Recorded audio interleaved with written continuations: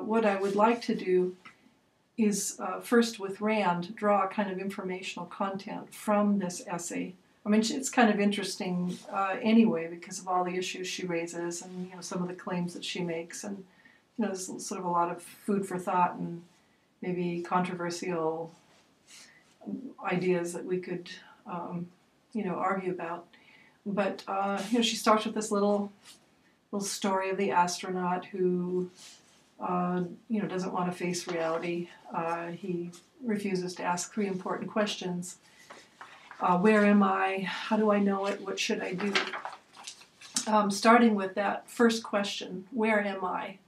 That question she's using to denote a particular area of philosophy that we call metaphysics.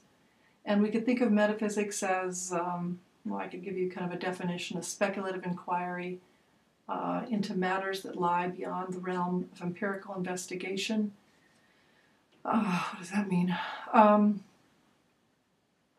Empirical investigation would have to do with sort of trying to understand things by means of our senses, our sight, hearing, taste, smell, touch.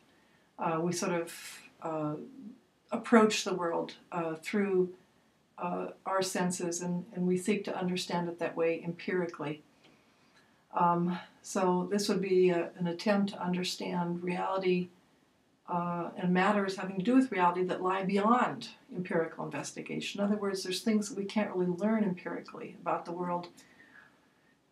So we maybe apply our reason to try to understand the world and understand reality.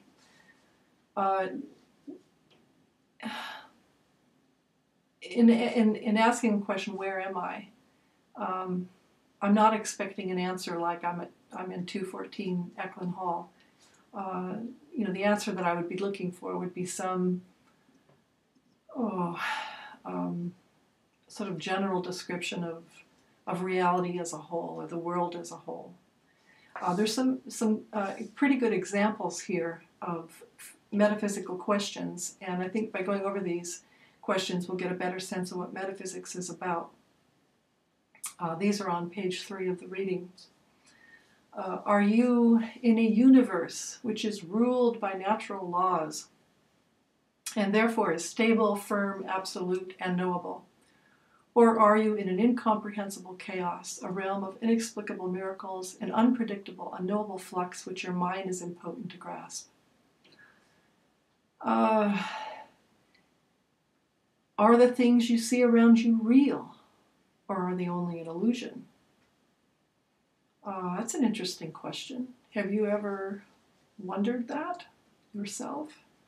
Have you ever just been sitting maybe in class someday and thought to yourself, I'm wondering if this is real or if I'm just dreaming?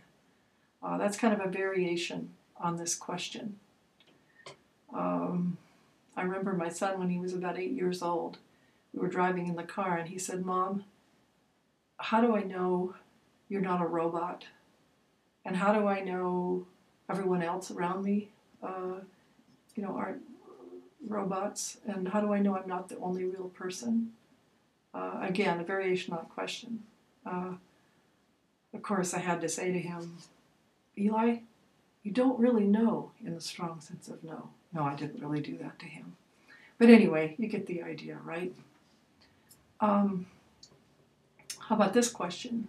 Do the things around you exist independently of any observer, or are they created by the observer? Are they the object or subject of man's consciousness? Are they what they are, or can they be changed by a mere act of your consciousness, such as a wish?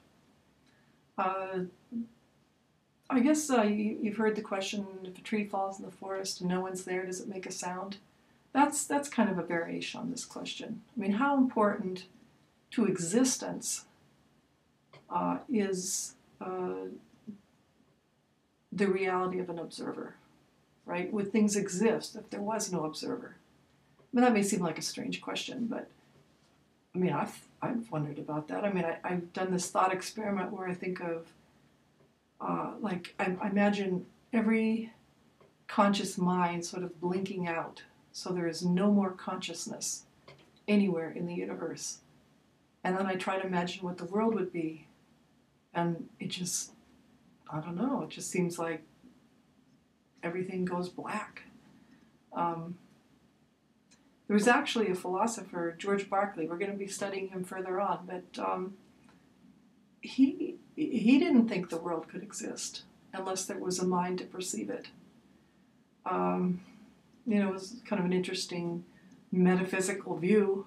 It's called idealism, or I guess immaterialism would be a better term. And that was Berkeley's view, and he really believed this, right? If there were no minds to perceive the things that existed, those things would not exist. Of course,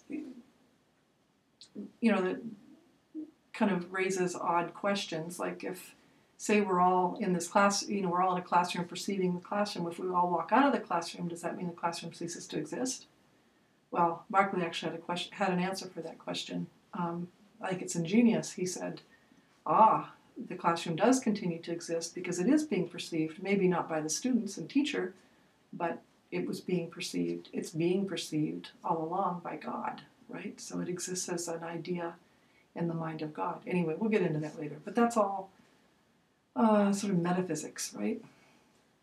Metaphysics. I might mention, too, that there are perhaps more specific disciplines within that larger category, of metaphysics. There is ontology, which would be the philosophy of being.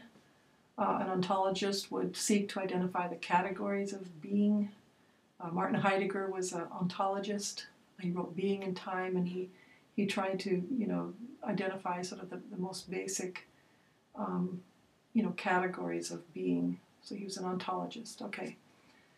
Then there is cosmology, and that would be an attempt to understand reality in terms of sort of basic underlying principles or processes. The first philosophers, at least those thinkers that we identify as being sort of having moved into a different way of thinking. These were the pre-Socratic philosophers. We'll say some more about them next week, but they were cosmologists. They thought, well, what is the underlying principle? What is the one in the many? What is it that holds everything together? The father philosophy, or the one who was designated the father philosophy, Thales, said it was water. Water was the underlying principle that tied, everything together. So he was doing cosmology. Another subdiscipline of metaphysics would be cosmogony. And you don't hear this word very often, but it's basically the theory of beginnings. Plato, for example, had an interesting cosmogony. He said in the beginning there was matter, just this sort of formless stuff that almost wasn't anything, and ideas, perfect forms. And there was sort of a divinity, the grand architect, who brought matter together with ideas and formed physical objects.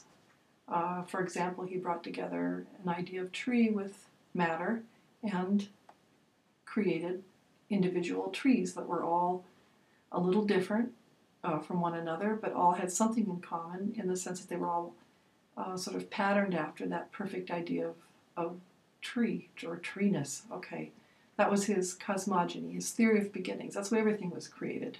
Just this divinity bringing together ideas with matter and creating things. Okay, that's cosmogony.